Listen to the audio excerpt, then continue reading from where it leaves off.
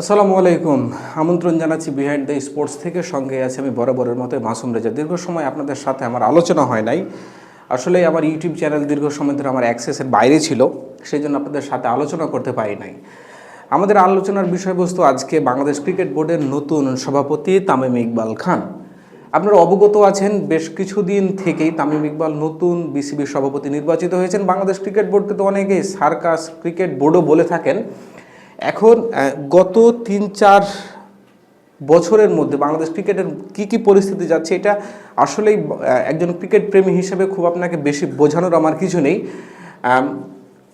নাজমুল হাসান পাপন গেলেন, এরপর আসলেন ফারুক আহমেদ, এরপর আসলেন আমিনুল ইসলাম বুলবুল, এরপরে আসছেন আমাদের নতুন যিনি সভাপতি তামিম ইকবাল খান। এখন বুলবুলের পটেনশিয়ালিটি নিয়ে তো আসলে কারো কোনো জায়গায় প্রশ্ন ছিল না।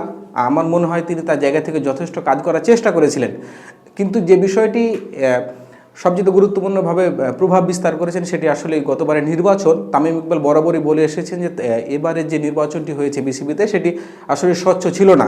এখন অ্যাডহক কমিটি তামিম ইকবালকে প্রধান করে যে বিসিবির নতুন সভাপতি গঠন করা হয়েছে, এই বর্তমান বিসিবির সভাপতি তামিম ইকবাল খানের সামনে আসলে কি চ্যালেঞ্জ অপেক্ষা করছে সেই বিষয়বস্তুগুলো নিয়ে আপনাদের সাথে কথা বলতে চাই। প্রথম যে বিষয়টি আছে সেটি হচ্ছে তামিম ইকবাল এর আগেই তিনি বলেছিলেন যে আগের বিসিবির যে নির্বাচন হয়েছিল সেটি স্বচ্ছ ছিল না। এখন তামিম ইকবালের নেতৃত্বে আসলে পরবর্তীতে আবার নির্বাচন হবে, দেখার বিষয় তামিম ইকবাল কতটুকু স্বচ্ছভাবে নির্বাচনটি করতে পারেন। এখন নির্বাচন কেন্দ্রটা আসলেই দোনোটা দুইভাবেই, সেটা হয়তো তামিম ইকবাল খান ভালোই বোঝেন, কিন্তু আপনাদের সাথে আমি একটু কম্প্যারিজনে যাইতে চাই। আপনার কাছে আমার প্রশ্ন জায়গাটি হচ্ছে, আপনি কি জানেন বিসিসিআইয়ের বর্তমান সভাপতিকে?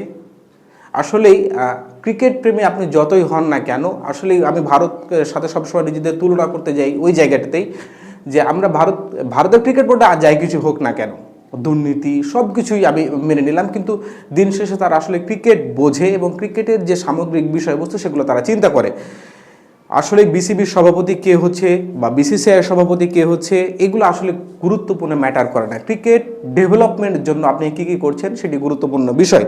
এখন তামিম ইকবাল 14-15 দিন এসে কিছু গুরুত্বপূর্ণ স্টেপ নিয়েছেন, যেটা তামিম ইকবালের জন্য ডেফিনেটলি একটি ভালো দিক। সাথে তামিম ইকবালের ভালো দিক এর চাইতে গুরুত্বপূর্ণ বিষয় হচ্ছে আসলে বাংলাদেশ ক্রিকেটের জন্য ভালো দিক। আমার কাছে ব্যক্তিগতভাবে যে বিষয়টি মনে হয়েছে, তামিম ইকবাল আসলে এই ফ্যাসিলিটিজের দিকে বেশি মনোযোগ দিচ্ছেন, ক্রিকেটারদের ডেভেলপমেন্টের জন্য তিনি কাজ করতে চাচ্ছেন। তার ফলশ্রুতিতে আমরা জানতে পেরেছিলাম কিছুদিন আগে তামিম ইকবাল ক্রিকেটারদের বেতন বাড়িয়েছেন। দ্যাটস এ ভেরি গুড, খুবই ভালো একটি বিষয়। তাছাড়া আরেকটি তিনি প্রপোজাল গতকালকে দিয়েছেন, আপনারা শুনে থাকবেন হয়তো, যে ক্রিকেটারদের উন্নয়নে আরও হয়তো 200 বা 250 জন ক্রিকেটারদের নতুন পাইপলাইনে নিয়ে আসার জন্য যে কাজটা তিনি করেছেন। প্রত্যেকটা দলের 11 জন তো বেস্ট 11 আছেন, সাথে আরও 11 জন বেস্ট 11 দেওয়া হবেন যারা দ্বিতীয় পর্যায়ে ক্রিকেট খেলবেন। আসলে দ্বিতীয় পর্যায়ে ক্রিকেট খেলার ডেভেলপমেন্টটা বা তামিম ইকবালের মাথায় থিঙ্কিংটা আসছে আসলে কাউন্টি ক্রিকেট ক্লাব থেকে, যে আমরা জানি ইংল্যান্ড কিংবা অস্ট্রেলিয়া এই কাজটি করে থাকেন। এখন এখানে গুরুত্বপূর্ণ প্রভাবক হিসেবে কোন জিনিসটি কাজ করে? জেনারেলি আপনি যে 11 জন ক্রিকেটারকে এনসিএলে খেলাচ্ছেন বা বিসিএলে খেলাচ্ছেন, সেই 11 জন তো খেলছেই, যারা সুযোগ পাচ্ছেন না তাদের জন্য আসলে কি করা যায়। তিনি একটা গুরুত্বপূর্ণ এক্সাম্পল টেনে নিয়ে আসছেন জোফরা আর্চারের। ডেফিনেটলি জোফরা আর্চার নো ডাউট ওয়ার্ল্ড ক্রিকেটের একটা বিগ নেম। এখন জোফরা আর্চারের আসলেই যে ইঞ্জুরির পর তিনি কীভাবে রিকভারি করলেন, এখানেই মূলত দ্বিতীয় যে দলটা এটা প্রভাবক হিসেবে গুরুত্বপূর্ণ ভূমিকা পালন করে আসছেন। এখন যদি কোনোভাবে তামিম ইকবাল এটা ফলপ্রসূ যেটাকে আমরা বলি, সমাধান যেটাকে বলি, যে তামিম ইকবাল যদি সঠিকভাবে ইউটিলাইজ করতে পারেন, তাহলে বাংলাদেশ ক্রিকেটের জন্য একটি গুরুত্বপূর্ণ প্রভাবক হিসেবে কাজ করবেন আমার মনে হয়। এতদিন আমরা তো শুনে এসেছি যে তামিম ইকবাল বোর্ডে আসার পর এটা করবেন সেটা করবেন, ওটা আমরা এক পাশে রেখে যদি দ্বিতীয় উপায়টি নিয়ে আপনাদের সামনে একটু চিন্তা করি, দর্শকদের জন্য তামিম ইকবাল একটা গুড থিঙ্কিং করেছেন। স্টেডিয়ামে ছাদ দিচ্ছেন, খুবই ভালো উদ্যোগ। আসলেই হয় কি, আমরা দীর্ঘ সময় ধরে বাংলাদেশ ক্রিকেটে যে জিনিসটি দেখে আসছি সেটি হচ্ছে যে অনেকেই বলি প্রি প্ল্যান, এই প্ল্যান সেই প্ল্যান, এই হবে সেই হবে, দিন শেষে গিয়ে কোনোটাই কাজ হয় না। আমি জানি না এটা কিসের জন্য হয় না, আপনি জেনে অবাক হবেন। এটা আসলেই ক্রিকেট বোদ্ধা হইতে হবে না, এই বিষয়বস্তুগুলো জানার জন্য ক্রিকেট বোদ্ধা হইতে হবে না। আমাদের শহীদ চান্দু স্টেডিয়াম আছে বগুড়াতে, রাজশাহীতে স্টেডিয়াম আছে, বরিশাল স্টেডিয়াম আছে, দ্বিপাক্ষিক, শুধু আমরা 3 জায়গায় ক্রিকেট খেলি। আমরা খেলি ঢাকাতে, আমরা খেলি চট্টগ্রামে, আমরা খেলি সিলেটে। আমি জানি না বাকি বিভাগগুলো আসলেই কেন প্রায়োরিটি পায় না। ইন্ডিয়াতে আপনি যান, ওদের প্রত্যেকটা সেক্টরে আলাদা আলাদা স্টেডিয়াম আছে যেখানে আলাদা আলাদাভাবে ক্রিকেটের ফ্যাসিলিটিস বৃদ্ধির জন্য কাজ করা হয়। আমাদের দেশে কই? আমাদের দেশে মুশফিকুর রহিম আসছেন, তাওহিদ হৃদয় আসছেন বগুড়া থেকে, আর কই?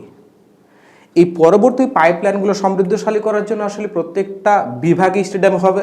এবং সাকিব আল হাসান একটা কথা বলেছিলেন, আপনার মনে আছে কিনা, যে যখন বিপিএল নিয়ে কথা হচ্ছিল তখন তিনি বলছিলেন যে হোম অ্যান্ড অ্যাওয়ে ম্যাচ কেন নয়, এবারে আমাদের বিপিএল থেকে হোম অ্যান্ড অ্যাওয়ে ম্যাচ করা যায় কি না। আসলেই তামিম ইকবাল আরেকটি গুরুত্বপূর্ণ আপনাদের কথা বলেছেন যে আমরা আসলে প্ল্যানগুলো করি 2-3 বছরে, এক্সিকিউট কতদিন লাগে সেটা আরও তো পরের বিষয়, কিন্তু প্ল্যানগুলো এক্সিকিউট করি আমরা 2-3 বছর। তো প্ল্যান এক্সিকিউট করতে 2-3 বছর লাগবে কেন ভাই? আমি আজকে থিঙ্ক করলাম যে বরিশাল আমি স্টেডিয়ামটা ঠিকঠাক করব এবং পরবর্তী এনসিএলগুলো আমরা বরিশালে দেবো কিংবা রাজশাহীতে দেবো। রাজশাহীতে যদিও হচ্ছে, আমরা বগুড়া শহীদ চাঁদনী স্টেডিয়ামে দেবো। এখন এই জিনিসটা আমার মাথায় আসতে 2 বছর সময় কেন লাগবে? হ্যাঁ, বিভিন্ন পরিকল্পনা বল সঠিকভাবে এক্সিকিউট করতে হবে, সেটা তো সঠিক কথা, কিন্তু যেটি সবচেয়ে গুরুত্বপূর্ণ বিষয় যে আপনার মনের সদিচ্ছাটা কই? আপনি কেন এতদিন এই যে বিপিএলগুলো হলো আমরা হোম অ্যান্ড অ্যাওয়ে ম্যাচ করতে পারলাম না? আমরা অজুহাত হিসেবে অনেক কিছু দিতে পারি, সরকারের অনেক কর্মকাণ্ড, যে ভাই আপনার বোর্ড 1400 কোটি টাকার মালিক, আপনাকে সকল ক্ষেত্রে সরকারের উপর ডেভেলপ কেন হইতে হবে? আপনাকে একটা স্টেডিয়াম মেরামত করতে যাক না 50-60 কোটি টাকা যাক না, সেখানে সমস্যার জায়গায় কোথায়? আপনি ক্রিকেটের ডেভেলপমেন্টের জন্য যদি টাকাই খরচ করেন, তাহলে খরচ না করেন, তাহলে আপনার টাকা রেখে লাভ কি? এখন তামিম ইকবাল যে ভাবনাটা নিয়ে আসছেন, ডেফিনেটলি আই স্যালুট হিম। আসলে আমি তাকে পার্সোনালিভাবে যেই এই জায়গাটা দেখতে যাচ্ছি, এবং তিনি খুবই গুরুত্বপূর্ণ একটা কথা বলেছেন যে আসলে এক্সিকিউট করতে এতদিন সময় লাগার বাস্তবিক অর্থে কথা নেই। আপনি বরিশালে একটা স্টেডিয়াম মেরামত করতে গেলেন, আপনার 50 কোটি টাকা খরচ হলো, কে আপনাকে নিষেধ করছে ভাই? আপনাকে নিষেধটা করছে কে? ডেফিনেটলি আপনাকে, যদি আপনি বরিশালে স্টেডিয়াম বানান এবং সেখান থেকে প্লেয়ার উঠে আসে, দিন শেষে বাংলাদেশ ক্রিকেটের লাভ হবে। আমরা তো খোঁজ খবর নিতে যাই না যে বাংলাদেশ ক্রিকেট বোর্ড এখন কত টাকার মালিক, তাদের পকেটে টাকা আছে কিনা, তাদের ব্যাংক ব্যালেন্স ঠিক আছে কিনা। আমরা জেনারেলি দেখতে চাই যে আমাদের প্লেয়ার প্রডিউস হচ্ছে কিনা, আন্তর্জাতিক মানের প্লেয়ার আমাদের আসছে কিনা। তো তামিম ইকবালকে এই জায়গা থেকে আমি অবশ্যই ধন্যবাদ জ্ঞাপন করব। এবং তামিম ইকবালকে পার্সোনালি আমি তো তাকে উপদেশ দিতে পারি না, বড় ভাই হিসেবে তাকে আমি সম্মান প্রদর্শন যেহেতু করি, আমার ছোট্ট একটা চাওয়া হচ্ছে আরও বেশ কিছু জায়গায় ডেভেলপ করতে হবে তামিম ভাই। আমাদের জেনারেলি আন্ডার-19 পর থেকে যে প্লেয়ার ন্যাশনাল টিমে যাবে, এই সেক্টরটা আসলে বিল্ড আপ করতে হবে। আমাদের আন্ডার-19 প্লেয়ারদের পটেনশিয়ালিটি নিয়ে প্রশ্ন রাখার কোনো অবকাশ নেই, এটা আমি কেন কেউ বলতে পারে না।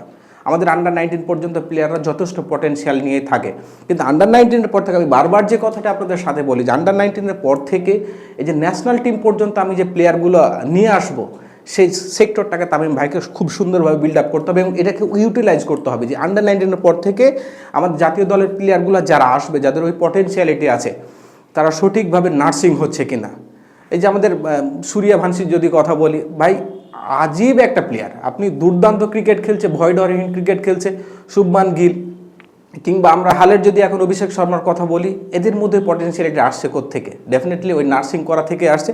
সুতরাং আমি তামিম ইকবাল ভাইয়ের প্রতি এই রিকোয়েস্টটা অবশ্যই করবো যে আপনার আন্ডার-19 পর থেকে যে প্লেয়ারগুলো প্রডিউস হবে, যারা ন্যাশনাল টিমে আসবে, তাদের সঠিকভাবে আসলে ইউটিলাইজ করতে পারলে আখরি বাংলাদেশ ক্রিকেটের বোর্ডেরই লাভ হবে এবং বাংলাদেশ ক্রিকেটের লাভে। পরবর্তী ভিডিও দেখার আমন্ত্রণ জানিয়ে আপনার মতামত অবশ্যই জানান যে আসলেই আপনি কি চাচ্ছেন, আপনার চিন্তা ভাবনা কি, অবশ্যই আমাদের কমেন্ট বক্সে জানান, যেন আমরা পরবর্তী ভিডিও করার সময় আরও স্বচ্ছতা নিয়ে আসতে পারি। ধন্যবাদ সকলকে, ভালো থাকবেন, সুন্দর থাকবেন, সুস্থ থাকবেন। আসসালামু আলাইকুম।